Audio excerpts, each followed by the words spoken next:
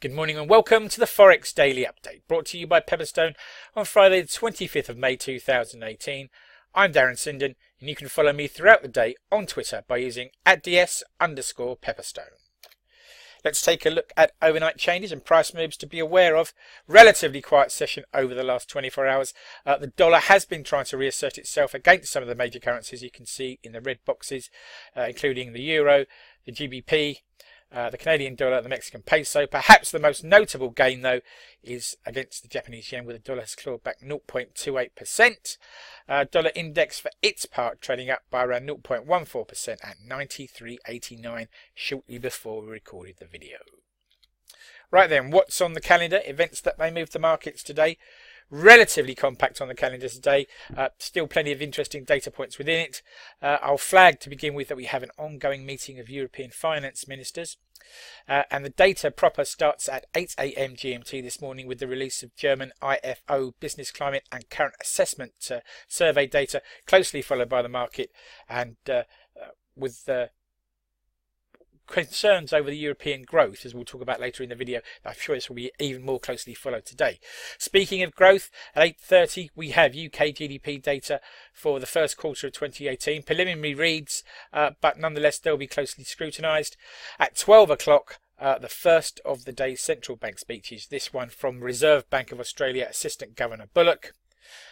And then at 12:30, probably the pick of the day's data, US durable goods orders for April, including the ex-transportation numbers as well.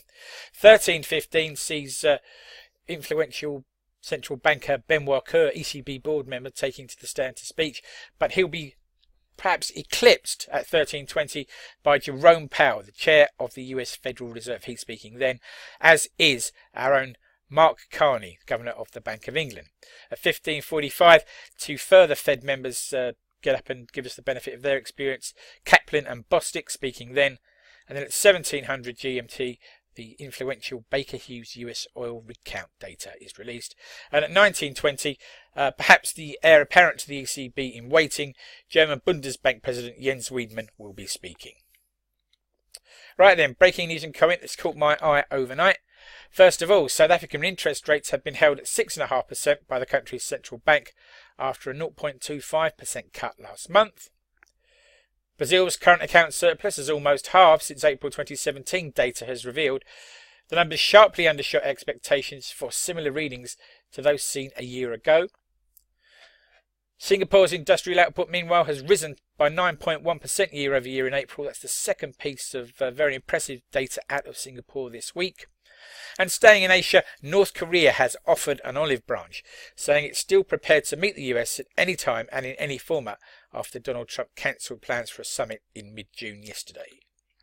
Food for thought then, something to take away with you into the trading day and beyond. Why not think about this? Following on from the weaker Eurozone PMI data even, released earlier this week, the OECD has flagged slowing GDP growth in France, Germany and the wider Eurozone and EU. This deterioration looks likely to temper or even delay ECB plans to trim its QE programme and raise Eurozone interest rates. And US bankers JP Morgan have pushed their own timetable further out as a result.